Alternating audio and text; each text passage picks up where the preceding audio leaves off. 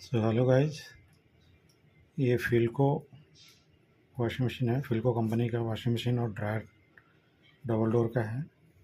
इसमें कस्टमर का कंप्लेंट है कि हीटिंग नहीं हो रहा। देखते हैं क्या प्रॉब्लम है। इसको सिलेक्ट करके चालू करते हैं, स्विच ऑन करते हैं।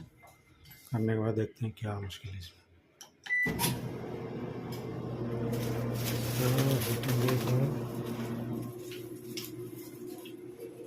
हीटिंग नहीं आ रहा है। देखते हैं इसको खोलने के बाद क्या प्रॉब्लम है। इसको खोलने के बाद हमने फाइंड आउट किया तो इसका देखा हीटर जला हुआ था। अभी हीटर को हमने ज्वाइन कर दिया है, चालू करेंगे फ़िलहाल के लिए।